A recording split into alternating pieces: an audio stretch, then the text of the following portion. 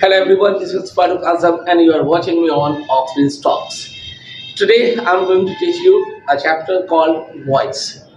Actually voice मैं आपको आज पढ़ाने जा रहा हूँ एंड कारण ये है कि जो हम सेंटेंस हिंदी को अंग्रेजी करते हैं हमारा सेंटेंस डायरेक्ट एक्टिव नहीं होता है, मतलब एक तरह का नहीं होता है। जो आप टेंस में पढ़ते हैं उससे आपका सिर्फ आधा हल होने वाला है, राइट। इसे कंप्लीट पूरा करने के लिए कि कोई भी सेंटेंस हो जिसे आप आसानी से बना सके आपको वॉइस पढ़ना पड़ेगा, एम राइट। तो मैं आपको अभी डायरेक्ट बोर्ड पे लेके चलता हूँ, समझाता हूँ कि वॉइस क्यों है, क्या है, क्यों करते हैं और इसकी जरूरत क्या है, एग्जैक्टली हम बनाते कैसे हैं। Can I take you on the board now? All yes sir. स्कैन फॉर फाइन से जो नेक्स्ट हमारा चैप्टर है वो क्या है? Voice, am right. ये इसके मीनिंग को अगर देखेंगे तो वॉइस का मीनिंग क्या होता है बताएं? वॉइस का मीनिंग क्या होता है? आवाज। इसकी कोई डेफिनेशन तो नहीं है, ग्रामर ने वॉइस का कोई डेफिनेशन नहीं दिया। जब हम बात करते हैं हमारा सेंटेंस वर्ब, नॉर्मली अगर मैं सेंटेंस की बात करूं तो कैसे बनाते हैं? एक फॉर्मूले से, subject verb plus object. And आपने देखा है सिर्फ बदलाव कहाँ होता है? वर्ब। कितना बदलाव है? 5। और ये 5 वर्ब का फॉर्म 2 रास्ते चलता है, एक एक्टिव और दूसरा पैसिव। और ये एक्टिव एंड पैसिव हम कहाँ सीखेंगे? इस चैप्टर वॉइस में। तो वॉइस कितने प्रकार के होते हैं? 2 प्रकार के होते हैं। वॉइस कितने प्रकार के होते हैं? 2। मैं लिखता हूँ देयर आर, हाँ brilliant, yes, there are right 2। There are 2 types. There are 2 types of voice. Voice जो है वो कितने प्रकार के होते हैं? 2 प्रकार के होते हैं। एक को हम बोलते हैं active voice,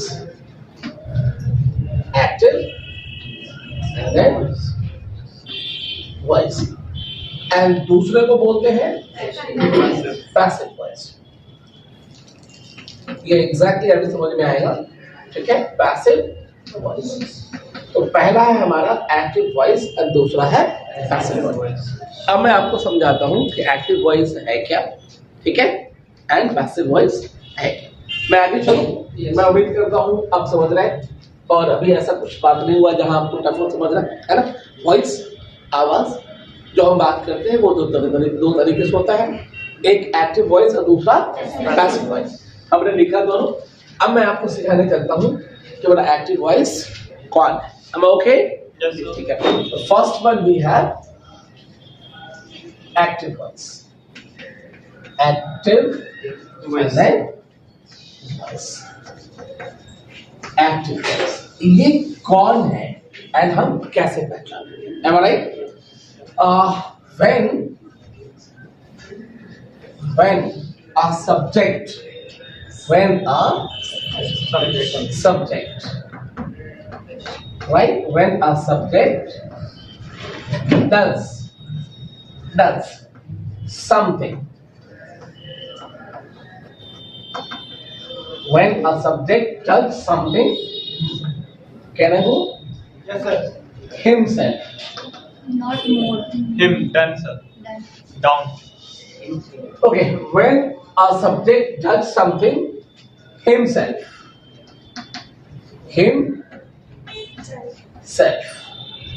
is called Active voice. when a subject does something himself. जब कोई सब्जेक्ट कोई काम खुद से करता है तो वो क्या होगा? हमारा एक्टिव वॉइस होगा, इज कॉल्ड एक्टिव वॉइस। जब कोई सब्जेक्ट कोई काम खुद से करता है तो इसे बोलते हैं हम लोग एक्टिव वॉइस, है राइट। और ये एक्टिव वॉइस को हमने टेंस पे सीखा है। टेंस में कुछ और नहीं करते, एक्टिव वॉइस की ही पढ़ाई होती है। नॉर्मल जो डायरेक्ट हमारा सब्जेक्ट काम करता है, राइट। नाउ मैं एग्जांपल से आपको समझाता हूँ। मैं एक एग्जांपल लिखता हूँ। मोहन आम खाता है। मोहन आम खाता है, खाता है, राइट। अब एक बात बताए, इसका सब्जेक्ट कौन है? मोहन। ये है हमारा मोहन। और ये आम को खाने का काम कौन करता है? खुद से या कोई खिलाता है? खुद करता है। तो ये हमारा कौन हुआ? ये हुआ एक्टिव। यही तो पहचान है। अगर हम इसे ट्रांसलेट करें क्या लिखेंगे? मोहन खाने का इंग्लिश ये एट्स हो जाएगा। ये सिगरेट है तो सिगरेट बनेगा। Mohan it's a mango. Am I okay? No problem? मैं एक और एग्जांपल देता हूँ। राधा गीत गा रही है। राधा गीत गा रही है। Am I right?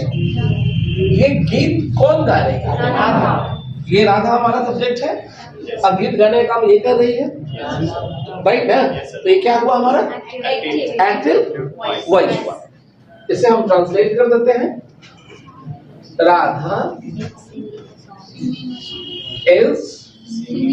अच्छा, ये कैसे बन रहा है मैंने अभी आपको पढ़ाया नहीं है। Am I right ना? ये कैसे बन रहा है? Radha is singing a song हो रहा है, या मैंने ऊपर पढ़ाया मोहन इट्स अ मैंगो। तो am I right ना? जो पढ़े हैं वो आप टेंस में पढ़े। यहाँ पे हम लोग ये बात नहीं की है और मैं लिख रहा हूँ तो आपको पता है ऐसा हो रहा है। Am I right ना? तो राधा इज सिंगिंग एंड क्या गा रही है? और सॉन्ग। No problem. तो Radha is singing a song. Radha हमारा सब्जेक्ट है, गीत गाने का काम खुद कर रही, इसलिए हुआ हमारा एक्टिव। कोई दिक्कत? अब हम आपको आगे लेके चलते हैं कि हमारा पैसिव वॉइस कौन है। असल हम लोग जो इस क्लास में सीखने वाले हैं इस चैप्टर में वो पैसिव वॉइस सीखेंगे, क्योंकि ये डिफरेंट है हमारा। ये हमारा दूसरा है। Am I right? तो दूसरा क्या है अपना? Passive voice. दूसरा नंबर है passive voice. Passive. Am I right? असल में ये आपको सीखना है पैसिव वॉइस। मैं लिखता हूं, ये कैसे पहचानेंगे? When on the subject, when on the subject, ये बहुत छोटा नहीं है ना, दिखता है ना? No sir, it looks. है ना? When on the subject something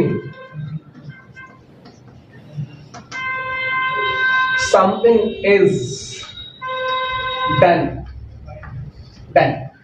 When on the subject something is done by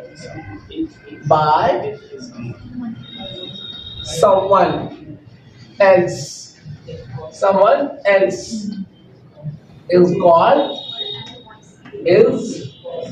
called passive voice. Passive voice। देखिए passive voice पहचान क्या है? When on the subject something is done, मतलब जब कुछ किया जाता है सब्जेक्ट पे by someone else। someone else का मतलब क्या हुआ? कोई और। तो by someone else is called passive voice, मतलब कि जब सब्जेक्ट पे कुछ किया जाता है किसी और के द्वारा, सब्जेक्ट नहीं करेगा, सब्जेक्ट पे कोई और काम करता है, उसे हम क्या कहेंगे? Passive voice। इसे एक बेहतरीन से एग्जांपल से हम समझते हैं। जैसे मुझे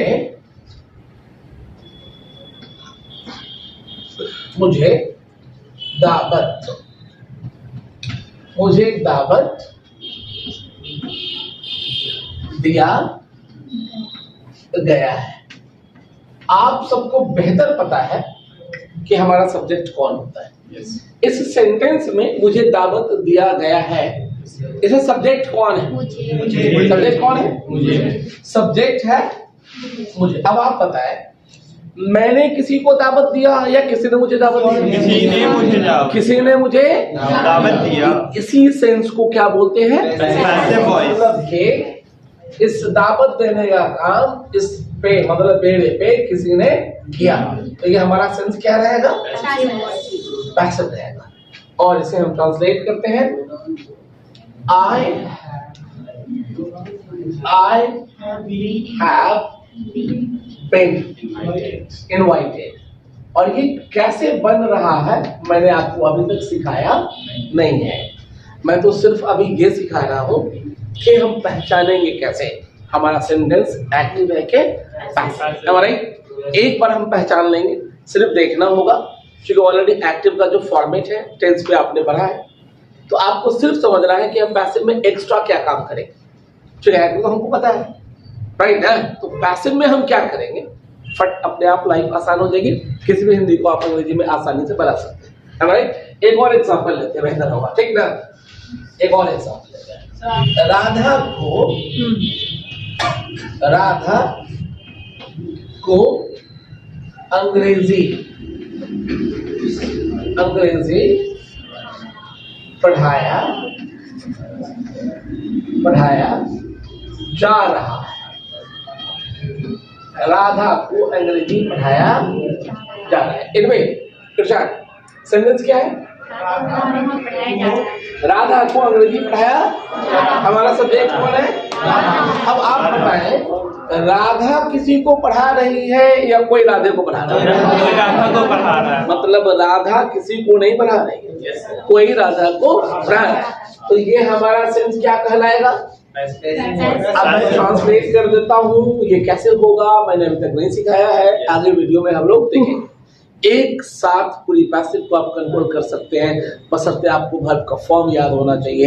एक्टिव वाला हमारा वर्ब का कौन सा फॉर्म कहाँ लगाते हैं, जो आपका छूट गया है मैं आपको लिंक दे दूंगा, आप उसे देख लें, खुद भी देखें, सबको देखें, ठीक है। Very good. So I just translate. क्या बोलेंगे हम? राधा is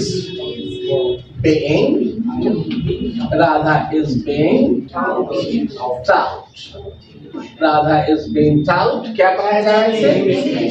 इंग्लिश पढ़ाया जा रहा है, English. Radha is being taught English. इस तरह से ये क्लियर हो गया कि हम कैसे पहचानेंगे हमारा एक्टिव कौन है, पैसिव। मतलब कोई सेंटेंस जब आपके पास आए, ठीक है, तो अगर सब्जेक्ट खुद काम कर लेगा तो और कोई और करेगा सब्जेक्ट से तो वेरी गुड। मैं जस्ट फ्यू मिनट्स और टाइम लेता हूं और आपको बेहतरीन चीज सिखाता हूं। अब मैं आपको सिखाने ले जा रहा हूं स्पेशली 3 तरीके से हम आपको सिखाएंगे। नंबर 1, पहले हम आपको सिखाएंगे दिए गए सेंटेंस एक्टिव को आप पैसिव कैसे बनाएंगे। ऐसा इसलिए, मान लो आपको अंग्रेजी बोलने आ रहा है और आपके कोई दोस्त या आपके कोई जूनियर आपके पास आता है, बोला भैया ये एक्टिव का पैसिव कैसे होगा, बना दीजिए, और आप नहीं बनाएंगे, आपका क्या होएगा? इंसल्ट होएगा। तो आपको पता होना चाहिए एक्टिव से पैसिव कैसे बनता है, पहला। दूसरा, इंट्रोगेटिव एंड नेगेटिव अगर सेंटेंस होगा तो उसका पैसिव कैसे बनेगा। और जो तीसरा आखिरी में होगा, क्योंकि आप यहाँ पे इंग्लिश ग्रामर सीखने के हिसाब से नहीं है, ऑफ कोर्स आप ग्रामर भी सीख रहे हैं, लेकिन मकसद है ग्रामर की मदद से आप अपने इंग्लिश लैंग्वेज को इंप्रूव कर सकें। जो बात आज आप हिंदी में आसानी से पढ़ लेते हैं, बोल लेते हैं, लिख लेते हैं, उसे आप आने वाले समय में आसानी से अंग्रेजी में लिख पाए, बोल पाए, समझ पाए, पढ़ पाए। हमारा एक ना, तो आपको मैं 3 अलग तरह से सिखाऊंगा, तो आप पेशेंस रखें। फिलहाल मैं अभी सिखाने जा रहा हूँ और यही रूल सब पे लागू होगा कि एक्टिव दिया हुआ है तो हम पैसिव कैसे बनाएंगे। It's okay. मैं डायरेक्ट ऐसे एक्टिव पैसिव बताने से पहले जो फैक्ट है पैसिव की कुछ सच्चाइयां है, कुछ रूल है जो हर हाल में हमेशा लागू होता है, तो मैं एज ए होल पूरे वर्ब के साथ एक साथ लेके चलता हूं और हेडिंग डालते हैं फ्यू फैक्ट्स ऑफ पैसिव, मतलब पैसिव की कुछ सच्चाइयां जो हर हाल में जब भी एक्टिव से पैसिव बनाएंगे ये काम करना पड़ेगा। दे दीजिए आप मेरे हाथ में। You are the naughtiest girl actually. शरारती लड़की जितने सब मर गई ना, तो इसी का जन्म हुआ था। अब you cannot speak. I am only speaking. Yeah. So can I start now, guys? Yes. Sound is not coming. Can I start? Yes, sir. Good. Very good. I am starting now. So headings I'm writing. Can I write here? Yes, sir. Can I write Bit here? down. Yes, sir. Bit down. Yeah. So this will be your heading. Few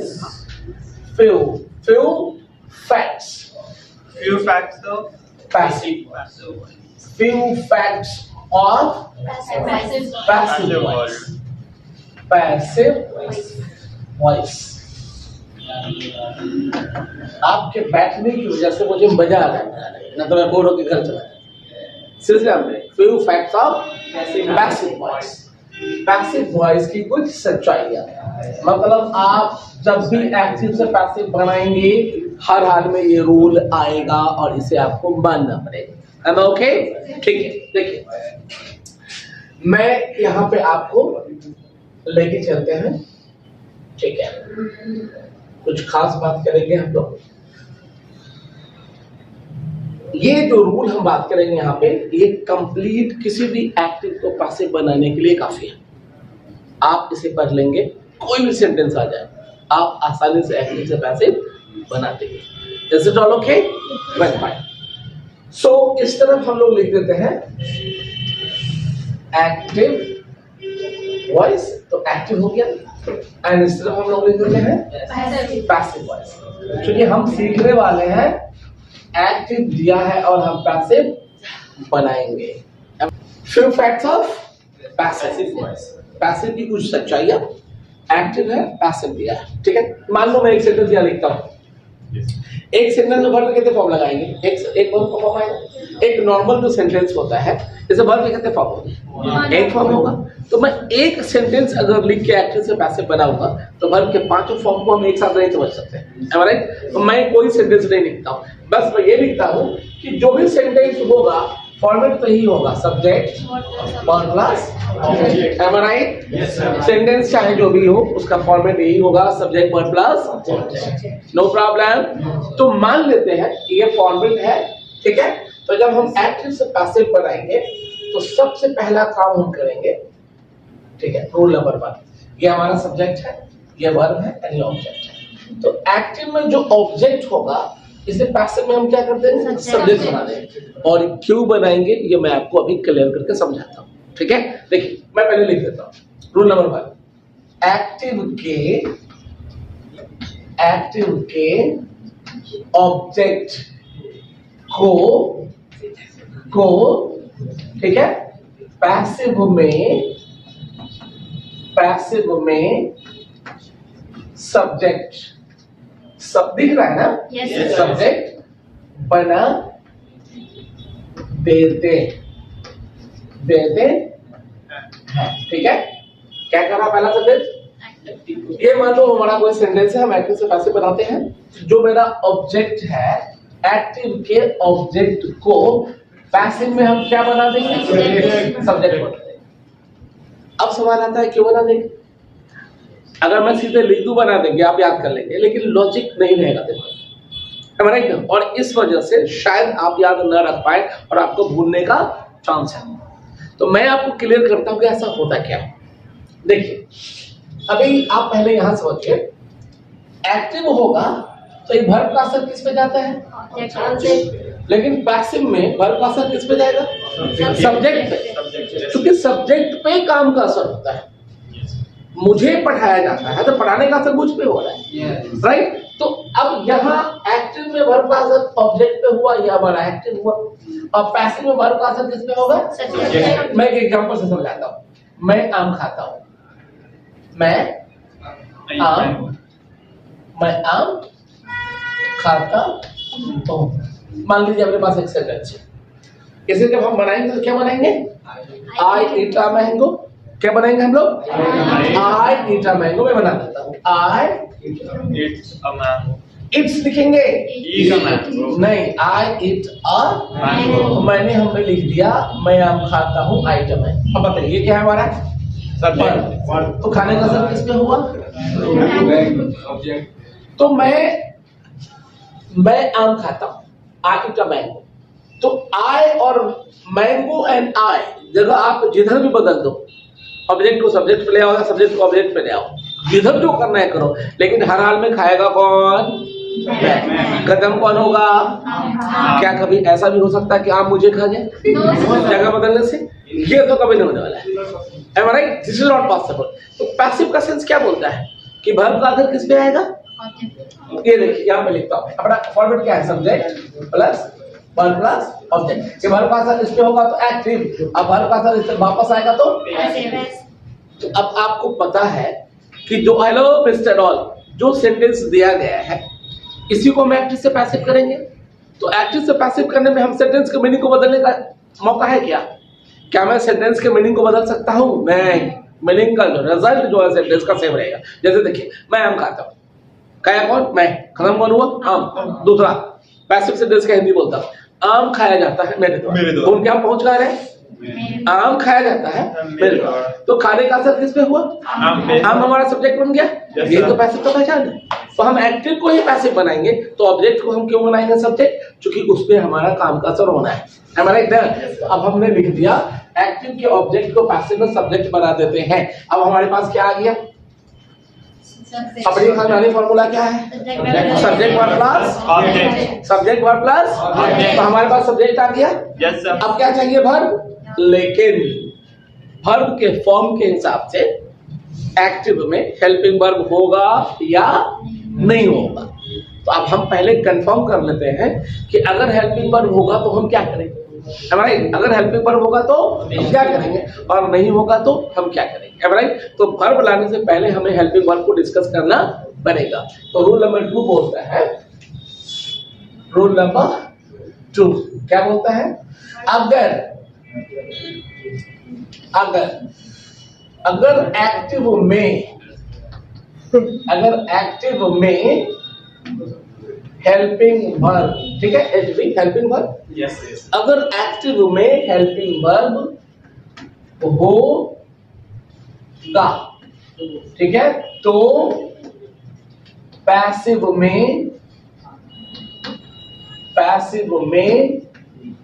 भी रहेगा। कोई दिक्कत है? दिख रहा है?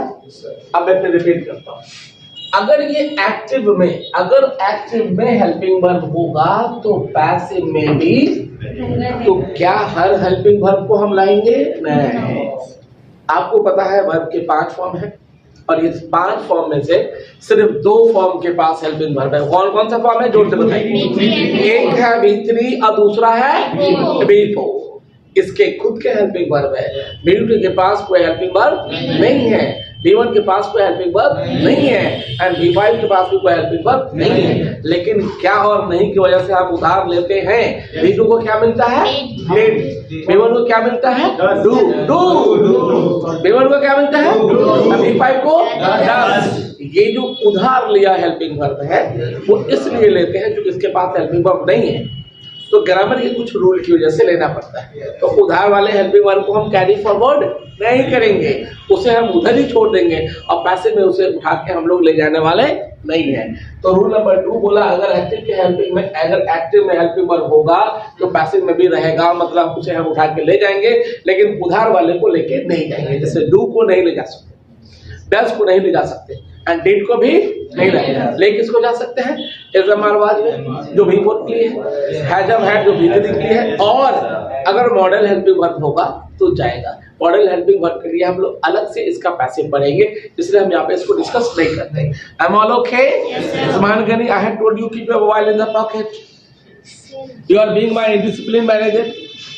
Well, now तो आगे हम लोग रूल नंबर 3 पे बात करें। रोल नंबर 3 पे बात करें। Yes, sir. अब हमारे पास क्या क्या आ गया? सब्जेक्ट आ गया एंड हेल्पिंग वर्ब। अब क्या चाहिए? अब तो वर्ब चाहिए, है ना? तो हम लोग डायरेक्ट वर्ब नहीं लाएंगे, क्या कहेंगे? रूल नंबर 3 बोलता है एक्टिव के वर्ब के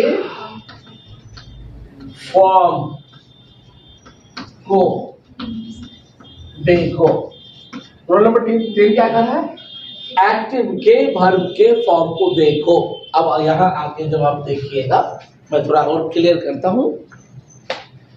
ये एग्जांपल में मिटा देता हूं, इसकी कोई जरूरत नहीं है अभी आपको। Am I right ना? ठीक है। तो जब यहाँ आप वर्ब के फॉर्म को देखिएगा, एक्टिव के वर्ब, कोई भी सेंटेंस होगा एक्टिव में वर्ब तो होगा ना। तो जब हम वर्ब के फॉर्म को देखेंगे, ये जो मेरा वर्ब का फॉर्म है, जब इसे हम देखेंगे तो हमें क्या क्या देख सकता है? कुछ भी दिख सकता है, वर्ब का कोई भी फॉर्म दिख सकता है। Yes, sir. तो हमें क्या क्या दिख सकता है, मैं लिखता हूँ। हमें दिख सकता है V1 और V5 दिख सकता है, हमें दिख सकता है V2, हमें दिख सकता है V3, हमें दिख सकता है V4। इसके अलावा भी कोई वर्ब है क्या? नहीं, कोई भी वर्ब इसके अलावा नहीं है। V1, V2, V3, V4 है, अपने पास कोई वर्ब नहीं। लेकिन आपको पता होगा वर्ब अपने पास 3 अलग तरह का वर्ब पाया जाता है। Action, do, position, be and position have. करने वाला, होने वाला एंड बोल। ठीक है, अच्छा समझ में आया? बेसिक्स छूटा हुआ है, हम उसको ध्यान देते हैं, कंफर्म करें कि आपको वो भी आ जाए। ठीक है ना? तो क्या क्या आएगा हमारे पास? डू करने वाला, तीसरा बी होने वाला एंड हैव रखने वाला। यह हमारा वर्ब है, राइट? तो हमने तो डू वाले का बात कर लिया। इस वर्ब 5 के अलावा एक फॉर्म है 2 + V1, इसे बोलते हैं इंफिनिटिव फॉर्म, और इसे टेंस से कोई लेना देना नहीं है। ये कभी टेंस का जगह नहीं ले सकता। मतलब कि ये जब भी आएगा कोई पहले टेंस की जगह पे कोई और वर्ब का फॉर्म इसमें से होगा। तो हमारे पास क्या ऑप्शन और दिखने का बचता है? हमारा V1 V5 दिख सकता है, V2 दिख सकता है, V3 दिख सकता है, V4 दिख सकता है, और क्या दिख सकता है? 2 + V1 एंड आखिरी और हमें क्या दिख सकता है? Modal helping verb and then plus क्योंकि मॉडल की थोड़ी अलग कहानी है। अब ये आप चेक करेंगे तो ये 6 दिखेगा, ये V1 V5, एम आई राइट? ये V2, ये V3, ये V4 एंड ये 2 + V1, 2 + V1 और ये आखिरी में मॉडल प्लस V1। क्या पूरा बराबर आ रहा है? और नीचे जा सकते थे? कहाँ तक जा सकते थे? Little. अब मैंने कंजेस्ट कर दिया या दिख रहा है? It's look. एकदम क्लियर है? Yeah. ठीक, ओके गुड। अब सवाल आता है कि अगर हमें V1 V5 दिखेगा तो हम यहाँ पैसिव में सीधे V1 V5 को नहीं लेकर आएंगे। क्या करेंगे? इसे हम बदलेंगे। यही मेन ट्विस्ट है एक्टिव और पैसिव का, जिसे मैं एक एडवाइस दूंगा, आप समझे प्लस आप इसे याद कर लें। ठीक है? तो V1 V5 अगर हमारे पास दिखेगा तो पैसिव में ये क्या बन के आएगा? एंड प्लस मतलब के V1 V5 की जगह पे पैसिव बनेगा इज MR + V3, और यही कारण है कि V1 के उधार वाले हेल्पिंग वर्ब को नहीं ले जाते हैं। क्यों? क्योंकि ऑलरेडी इसके पास हेल्पिंग वर्ब है। V1 के पैसिव में ऑलरेडी हेल्पिंग वर्ब है। मान लो अगर V2 होगा तो ये क्या बनेगा? was और were and then plus V3। And अगर V3 होगा तो ये क्या बनेगा? बीन प्लस जोर से बोलो क्या बनेगा? बीन प्लस V3 एंड अगर V4 होगा तो क्या बनेगा? Been and then plus V3 and अगर 2 + V1 होगा तो क्या बनेगा? 2 + B plus B3, right? And अगर मॉडल प्लस V1 होगा तो क्या बनेगा? बनेगा मॉडल B plus B3।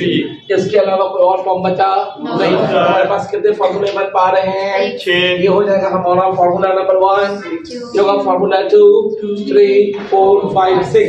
मतलब के आप एंटायर हिंदी के सेंटेंस को इस 6 फॉर्मूले में कैद कर सकते हो आसानी से। कोई भी सेंटेंस आ जाए इसके रास्ते से गुजरना पड़ेगा, एक भी सेंटेंस इससे बाहर नहीं है, और एक भी सेंटेंस ऐसा नहीं होगा जो इसमें से किसी और को बाहर लेके आए। या तो ये होगा या ये होगा, एक्टिव होगा तो ये होगा, पैसिव होगा। अब रही बात आखिर में, सबसे लास्ट में, मैं ये रूल नहीं बनाता हूँ, सिर्फ बताता हूँ।